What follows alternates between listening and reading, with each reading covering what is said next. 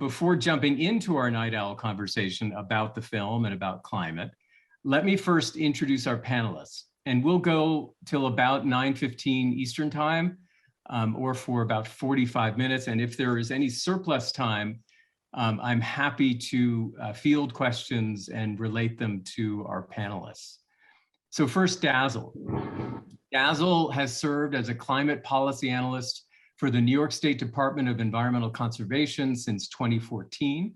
She's originally from Minnesota and works out of the DEC's central office in Albany, leading the community engagement team at the Office of Climate Change.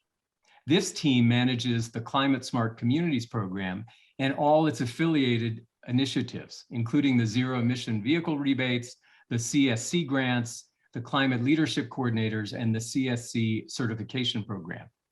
Dazzle holds a Master of Science in Natural Resources Policy from the SUNY College of Environmental Science and Forestry, as well as a Master of Public Administration from the Maxwell School of Syracuse University. Outside of work, Dazzle enjoys digging in her garden, cruising the streets on her electric bike, and scanning the sky for raptors.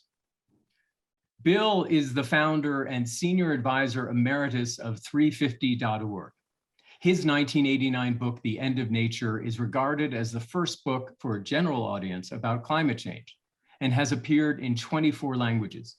He's gone on to write many more books, and his work appears regularly in periodicals from The New Yorker to Rolling Stone. He serves as the Schumann Distinguished Scholar in Environmental Studies at Middlebury College, as a fellow of the American Academy of Arts and Sciences, and he has won the Gandhi Peace Prize, as well as honorary degrees from 19 colleges and universities. He was awarded the Right Livelihood Award, sometimes called the Alternative Nobel, in the Swedish Parliament. Foreign Policy named him to its inaugural list of the world's 100 most important global thinkers. Perhaps most importantly, or interestingly, at least from my point of view, in 2014, biologists credited his career by naming a new species of none other than a woodland gnat, Megaphthalmidia mckibbeni, in his honor. Now, let's begin. Bill, you recently launched a new nonprofit called Third Act, focused on seniors and what you call experienced Americans determined to change the world. Perhaps the generation represented in the film Don't Look Up, not so favorably, by Meryl Streep and Mark Rylance, one of my favorite actors, by the way. See him in Wolf Hall, he's amazing. Can you tell us more, Bill, about Third Act's mission and why the shift to an older demographic, to baby boomers, who for so long ignored and in some cases outright denied the climate threat? Bill? Well, partly it's because I'm an old guy myself now, and partly because I've spent the last 25 years organizing with young people. I started 350.org, which was the first iteration of a global climate movement with 7 college students and myself, and quickly grew out all over the world. So I'm well aware of just what an amazing job now young people are doing, taking on this issue. The 2 things that Third Act is working on are the a stable climate and a stable democracy. And so I'm really aware of just what great work is happening among young people all around the world. And everybody knows it at this point. I mean, you know, Greta Thunberg is one of the great heroes of our age, but she'd be the first to say that there are 10,000 Greta Thunbergs, and they have 10 million followers, all in junior high schools and high schools across the world. That said, it's neither fair nor practical to take the biggest problems the world has ever faced and just assign them to 17-year-olds as extra homework. It's about time that that people my age, 60 and above, the baby boomers and the silent generation above them, really leaned in here. And I think we can, because though there's some evidence that people grow more conservative as they age, this particular generation has interesting DNA. You know, we all were around to either participate in or at least bear witness to the last great period of political, social, cultural transformation in our country. Whether it was the women's movement, the original civil rights movement, the first Earth Day, And so that first act was interesting. Second act, maybe taken as a whole, slightly more consumed with consumerism than citizenship, but that's water under the bridge at this point. Now we emerge with lots of skills, lots of resources, lots of time, an ability to do something. And that resources part is not to be blinked at. Fair or not, people over the age of 60 have about 70% of the financial assets in America. If we're going to hold the banks to account, say, for their continuing desire to lend money to the fossil fuel industry, despite the fact that every scientist in the world says it's a reckless thing to do, if we're going to hold them to account, then it's going to be useful to have people my age out there protesting too. So Amen. People should go to thirdact.org, and we're having our big national monthly call is Wednesday. Bill Moyers will be on hand. Much fun. That's awesome, Bill. Well stated. What a powerful thesis. And I'm sure all of us on this panel and in the panel discussion applaud your most recent venture. That's awesome. A bookend to 350. Dazzle, what about you? Speaking of an older demographic, let's say 60 is the new 40. At least that's how I feel about it. Have you worked and do you work with folks sort of 60 plus in your climate policy work in New York State? Do you have a sort of multi-generational strategy that you focus on? Not in a very deliberate way, but it is certainly something that we've seen in some of the most active climate smart communities in New York State, where really effective local champions are often retired teachers in particular. We see how when they're as members of that generation who already have established relationships in the community, they're trusted, they're respected, they're really woven deeply into their communities. When they take a stand and say, you know what, climate change is important. This is happening, this is real, it's a threat, and there's so much we can do about it that will simultaneously increase the quality of life in our communities. When they stand up and get involved and take leadership positions and help organize volunteers, work on their local kind of climate smart communities task forces, we often call them, that makes a huge difference. And it's really a powerful force in communities for people of that generation, like Bill is saying, to put their own resources, their own knowledge and expertise, and their own leveraging their own relationships and their influence in that way. We find it to be really quite effective. The other example I think of were that we've had some communities that are, their local governments care and they want to take action. And they may not have the kind of tax base or resources they would like to put towards this. So they apply for one of our grants and they can help meet the match requirement by using donated professional services of really skilled retired folks, retired engineers, for example, because some of these, say, flood risk reduction projects can get quite technical. You're talking about calculating the future flow under a bridge or through a culvert with increased precipitation. And you need somebody who can kind of piece those things together and put together a coherent, competitive application. And if you have a retired engineer who's saying, all right, here's my credentials, here's what I'm worth on the free market, and I'm donating my time towards this project, that can be really compelling and really move these communities forward. So I think that it's a key part of what we see in effective communities, but it isn't necessarily the focus of our strategy, but I think it's an excellent approach. Well, I love the sort of 1-2 punch of an older generation with a lot of resources, and then a younger crew with the sort of the visual impact of young people coming out in droves, and you combine them. That sounds like a pretty unmovable or unstoppable force.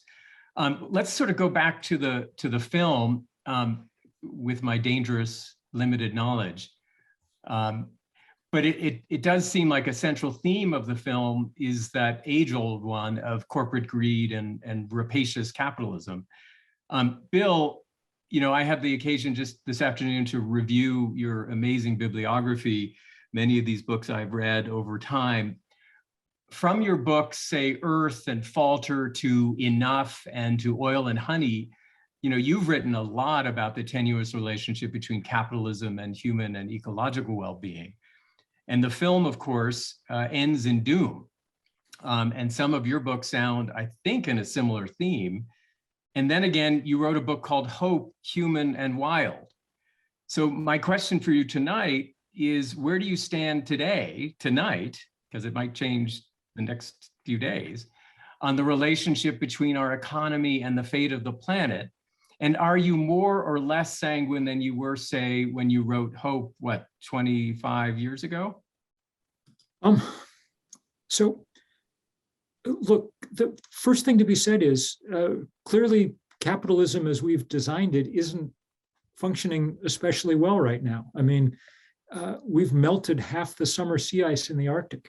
The pH of the ocean is materially different than it was 40 years ago.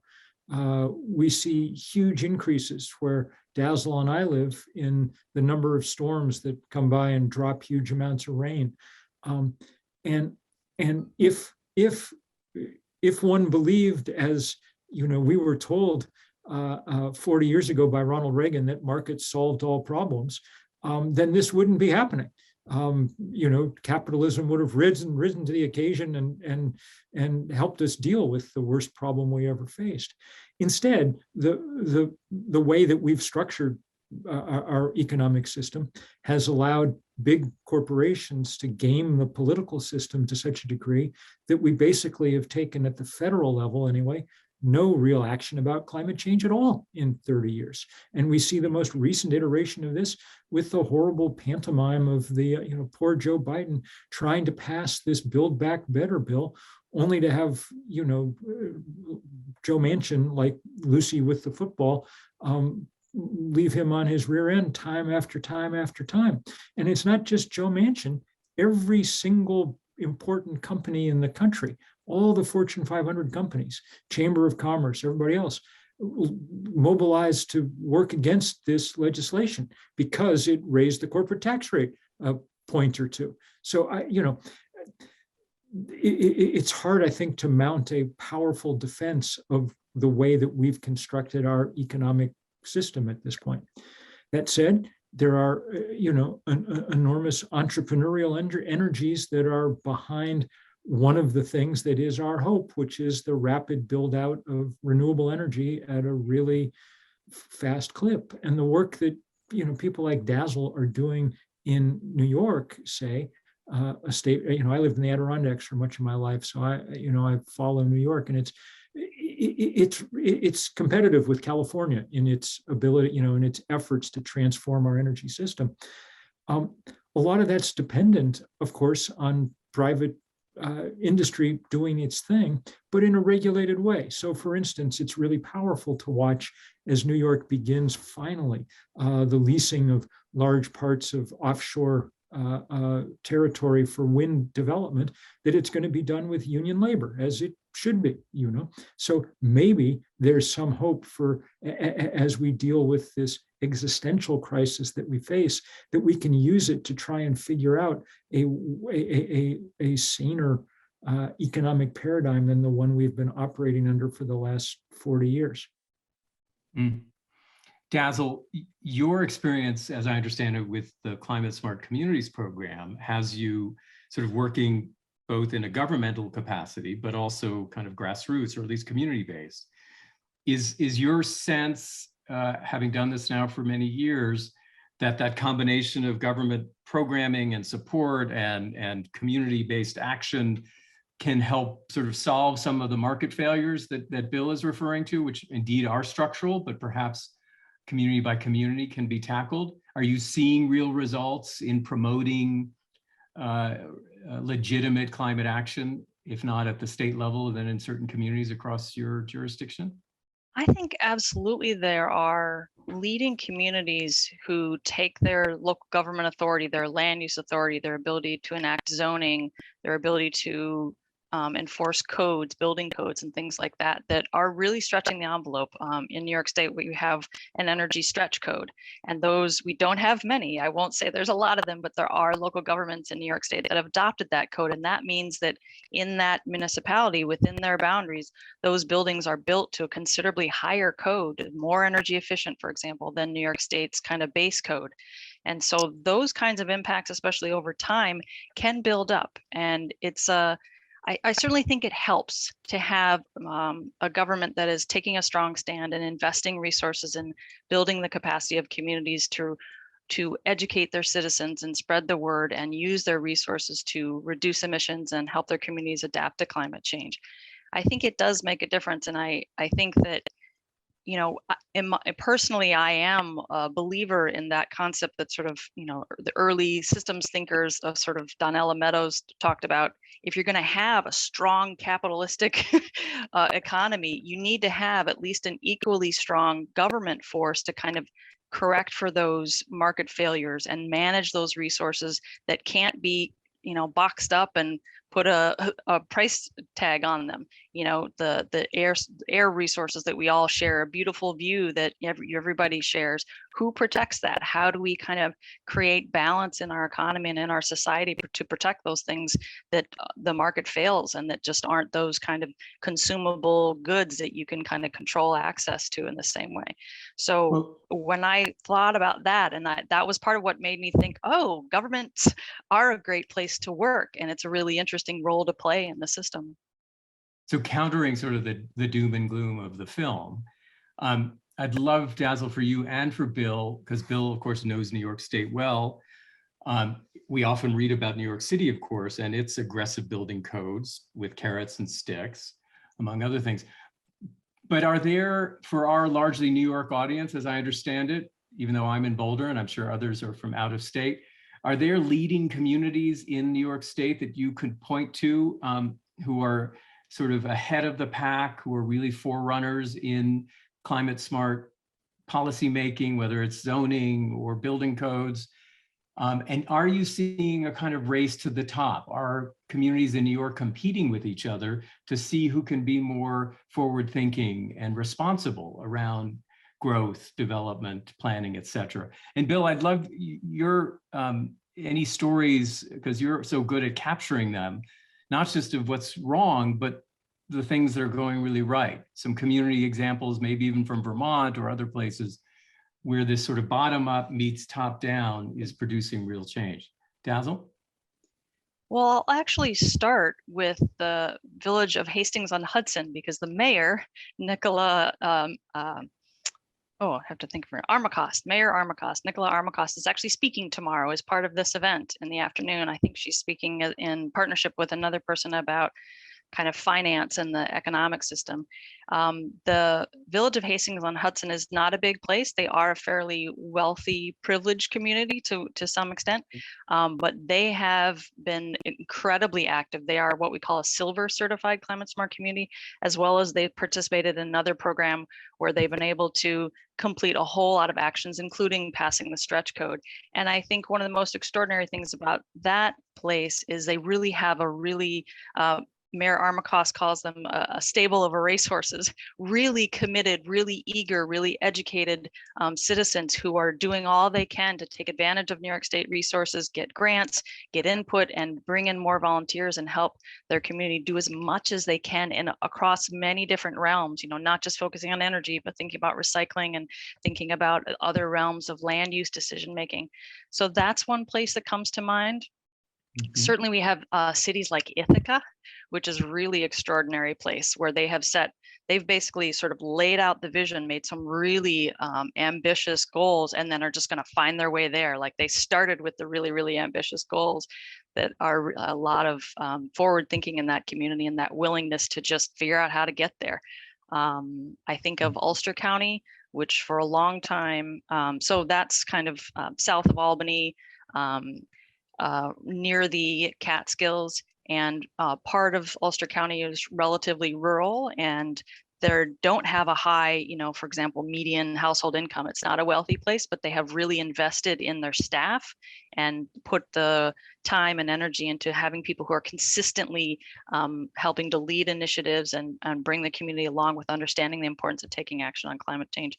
Tompkins County, which is the county that Ithaca is in, is certainly another one. City of Buffalo has passed a really incredible green code, speaking of kind of zoning and building codes and that kind of thing. So we're lucky. There are a lot of great examples of communities of different shapes and sizes and demographics that are recognized through some of the state's programs. So there's some of the, I'm sure that I'm going to offend somebody and forget somebody. And I'm even seeing in the chat some municipalities that are being named, but those are a few. I'm seeing the host towns of East Hampton and Southampton representing. So sounds like Absolutely. great stuff too. But those are great examples, and I'm interested in, maybe we'll have time to come back to sort of the climate equity, climate justice piece, to the extent we're talking about some lower income communities, communities of color across your state and other jurisdictions. Bill, who are some communities that you're most excited by, Well, whether they're in New York or other places? sticking in the Empire State, let's just give some credit where it's due to New York City. Look, Bill de Blasio, in his 8 years there, there've been plenty of criticisms of him on lots of other grounds, but on climate stuff, he took it seriously. And the city has passed this quite remarkable building code that calls for the retrofitting of all big buildings in the city. And 2 or 3 days, Dazzle, correct me if I'm wrong, but 2 or 3 days before he left office, he signed the legislation that basically bans construct gas hookups to new construction in the city going forward, which is a huge deal. I mean, he's basically saying New York is going to electrify itself for heating, for cooking, for whatever else. Those are big deals. But, and here's the thing that needs saying, all of this, I mean, we can do a lot of good things and still not come anywhere close to catching up with the physics of climate change in the time that we have. And in fact, that's what's going on now. We're losing this race fairly dramatically. So along with doing good things in our communities, we really need people cooperating too on a few big national and international level things. So for instance, at Third Act, we're launching this pledge next week for people saying, if Chase and Citibank and Wells Fargo and Bank of America don't stop lending to the fossil fuel industry before the year is out, we're moving our money and we're cutting up our credit cards. That would, if we could get those banks, many of them headquartered in New York, to stop lending. They've lent $1 trillion to the fossil fuel industry since the Paris Accords were signed. If we could change that, then we could change in big ways the dynamics of this. And watching everybody chime in from Southampton and East Hampton, I just have to add that, probably the most important thing that people can do in the richest communities is organize themselves to put some pressure on the financial industry, because I can guarantee you that the money you have sitting in Chase or whatever is doing far more environmental damage than whatever thing you're managing to do, in your own home or your own town. That's not to say those efforts aren't important. It's just to say that they need to be also done in collaboration with work at the highest level. And I see two people right away asking, what bank should we move our money to? For New Yorkers, that's actually very easy. The Ripon National Bank. You have the easiest option in the country. Amalgamated Bank, a big bank in New York City, is entirely fossil free and can do fine with most places. And it's not people who are just rich. It's anybody who has any savings at all. Time to use that leverage. That's, no one spent their lifetime saving for their retirement in hopes that it would be used to, wreck the world that they wanted to retire on. This is an easy kind of thing with big leverage. We're so far behind that we have to look for these things with big leverage now. And really the only levers that are big enough to pull that matter are the ones marked politics and the ones marked finance. And at the federal level, the lever marked politics is broken for the moment. So we got to work closer to home, and we've got to work on money, and that really matters. So speaking of leverage, and to the extent we're here to talk about a film, as you're talking, Bill and Dazzle, I'm reminded of Amory Lovins's idea of silver buckshot, that it's going to take all sorts of tactics and tools to solve this wicked problem. It's not just one or two or even a handful of levers. We talk, there's a film tonight that we're addressing, at least indirectly, called Don't Look Up. First of all, what's your thought on media as a lever for change? Do you think it actually makes a difference? Is there an impact?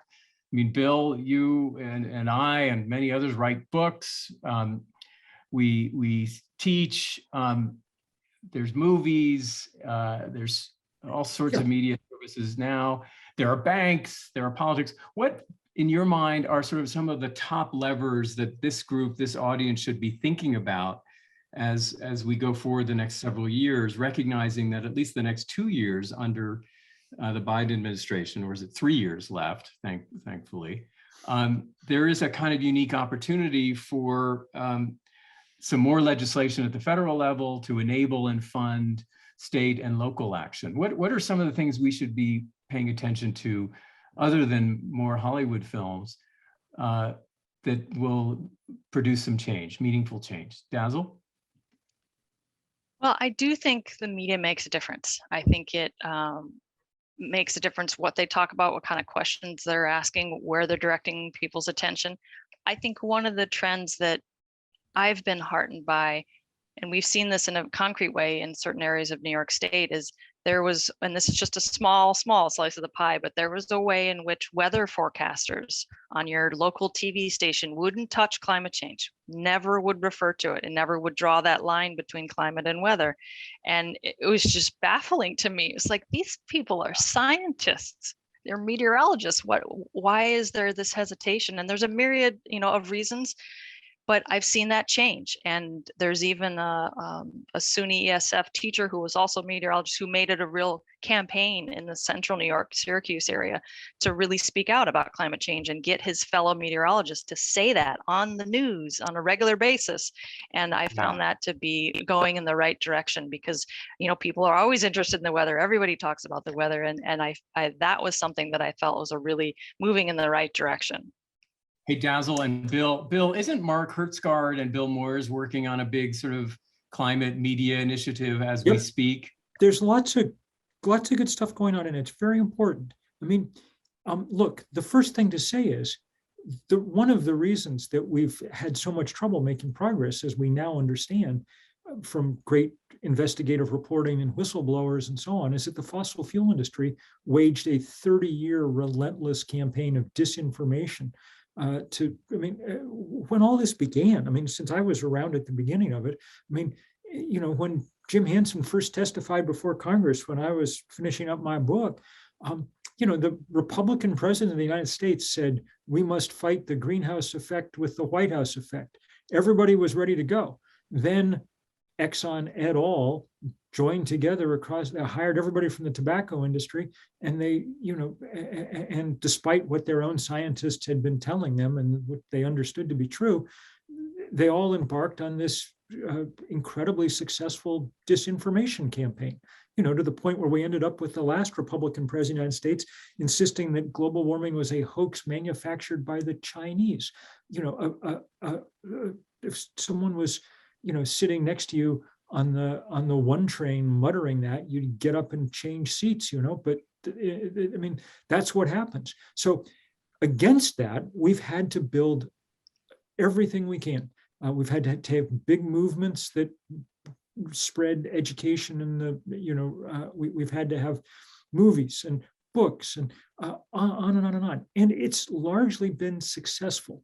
We're now at the point where the zeitgeist has shifted. The polling makes clear that most Americans understand what's going on. The people who don't are the, sort of ideological dead enders who will not be convinced no matter what. And we can't worry that much about them, I don't think. The problem really at this point is just that our political system is so geared to reward vested interest and inertia that even the kind of deep desire of most Americans to have our government doing something about this isn't enough to make it happen. It is enough to make it happen in blue cities and blue states where we can get things to, government to reflect the will of the people to one degree or another. And that's why New York State has been doing a good job on this. It's why California has been doing a good job on this, but it's why the US as a whole has been doing a terrible job on it. So it's going to be really important to keep building movements, keep pushing. We shouldn't have to do this in a rational way. I think I've been to arrested 11 times now. In a rational world, that makes no sense at all. Why would anyone have to get arrested to make our leaders pay attention to the clear, blunt warnings of scientists over many decades across, representing a broad consensus that the worst thing that ever happened in the world was happening? It should not take, but it does take that. So we need people engaged in all kinds of movement building at all levels. So I just wanted to pick up on your, what I consider very sanguine point, which is that, and I think Dazzle, you'd agree, we have made a lot of progress. Bill, I haven't been at this as long as you, perhaps about the same or a little longer than you, Dazzle, 30-ish years. In fact, one of my mentors was a guy named Mitchell Bernard at the Natural Resources Defense Council, who, at least last time I checked, lives in Hastings in the Hudson. He's also one of the co-heads of NRDC to this day. So I've been at it since the mid-'80s, fighting, suing Donald Trump for Trump City on the West Side. As you can tell, we didn't succeed. But I'm sanguine because I see this discourse, these ideas, and more importantly, these practices and policies actually happening now, Bill, in a way they weren't when you and I were, right, back in the day. Super true, super true. The only problem is that, you know, we having waited this long, we no longer have any margin, because at the same time we're seeing storms that are bigger than we've ever seen. And totally. We had this incredible wind wildfire 3 weeks ago here in Boulder County, following up on a year ago. So here's my question again, going back to the movie. Isn't the meteor coming for the troglodytes? Isn't the meteor coming for those who, the flat earthers who are continuing to resist and deny, but they know that the end is nigh? It's rather than, well, what the film suggests, aren't we in fact winning this war, this battle? And though slow, like all great change and evolution, and with the time clock, Bill, as you suggest, are ticking down, aren't we seeing the last vestiges, the clawing of a group of folks who, you know, just cannot deal with change and are worried about, understandably, their lives and worldviews being so fundamentally disrupted? Dazzle, your thoughts on that? Is that the real meteor here, and therefore we should welcome it, or is there something else I'm missing? I mean, I'd say it's a challenge. I think I have been disturbed by the kind of echo chambers and the tribalism and the way that we have this diverse kind of range of ways of getting information. And we have these tiny, powerful computers in our pockets that in a couple clicks, I can review, you know, high-level peer-reviewed science, and I can get really good information if I'm paying attention to the sources, and I have some training in order to identify that. But there's this way in which we don't have an educational system that really encourages people to pursue the sources of their information and have a framework for evaluating where information is coming from. So those things are really, I think it's tricky, and I think it's complicated. And I do think that there's still an enormous need to find common ground and find those messages that bring people together and that are clear and consistent, and repeat them and drill those into as many different sources, framed in as many different ways that will reach people's hearts and minds and sort of see their role in this. So I don't have any big sweeping generalizations, I guess is what I'll say. Those are some thoughts that come to mind. Don't we already have a majority, at least of Americans, to say nothing of the rest of the world, who are on board, who want to do things, who are not necessarily distracted by the echo chambers and the misinformation? Bill? Sure, but that, you know, that and $2.50 will get you a ride on the subway. I mean, yes. Yeah, that's not Exxon. Our system allows extraordinary gaming by vested interest, and that's what we've seen. Yeah, in 40 years, obviously we're going to run the country on sun and wind because it's cheap and sensible and clean. But if it takes 40 years to get there, it's going to be a broken world that we're running on sun and wind. So, I mean, our system is not good at timed tests. In fact, this is really the first test quite like this that we've ever faced, where if we don't get it right soon, then, I mean, it's not like someone has a plan for refreezing the Arctic once we melt it. So, the job of people now is to serve as catalysts, to build movements of all kinds at the local, but also at the national and global level that force this to happen faster than it will otherwise happen. We do not have 40 years. The Intergovernmental Panel on Climate Change has told us quite clearly that if we want to meet the Paris climate targets, we have to cut emissions in half by 2030, which, that's 7 years and 11 months from now. So, Dazzle is remarkable, but that's asking a lot of, where people who are working with the consensus that we have now. We're going to have to give them help by continuing to push this system in all ways. And I'll just add again, at the risk of being monomaniacal about it, one of the places where New Yorkers in particular can make a big deal is in the fact that New York City and New York State happen to be the center of the financial empire for the entire world. So if you want to have a global impact, you can have it, because Washington may not really run the world anymore, but Wall Street still kind of does. So figure out how to join in some of these fights to take on the actual centers of the problem here. Mm-hmm. Yeah, well said. So let's go back to sort of drawdown, because that's our theory here. And our friend Paul Hawken sort of conceived the idea, 6-7 years ago, that we've got climate solutions now already, aplenty on the shelf, ready to be deployed, principally at the local level, to the extent that seems to be where the will is. So two-part question. One, the results that you're seeing from initiatives like Drawdown in Southampton and other places, some highlights. And then secondly, this matter that I spend a lot of time thinking about of environmental gentrification, the challenge of riling up communities, organizing communities around important environmental sustainability, climate issues, only to see measures enacted that basically make communities more expensive. And we certainly see this in the area of zoning, where, well, finally, states like California are starting to disaggregate big single-family zones to make places more inclusive and affordable, but also more climate smart. So you don't have to drive, a super commuter 90 minutes a day. So on the one hand, the efficacy of Drawdown as you've seen it and experienced it, and secondly, the double challenge of making sure that any Drawdown initiatives don't make communities more expensive, more exclusive for those who can't afford to live in Southampton, New York City, Ithaca, you name it, which indeed don't necessarily have the highest incomes across the board, but have become more and more expensive, over time. Dazzle, your thoughts on Drawdown and then on climate equity? Sure.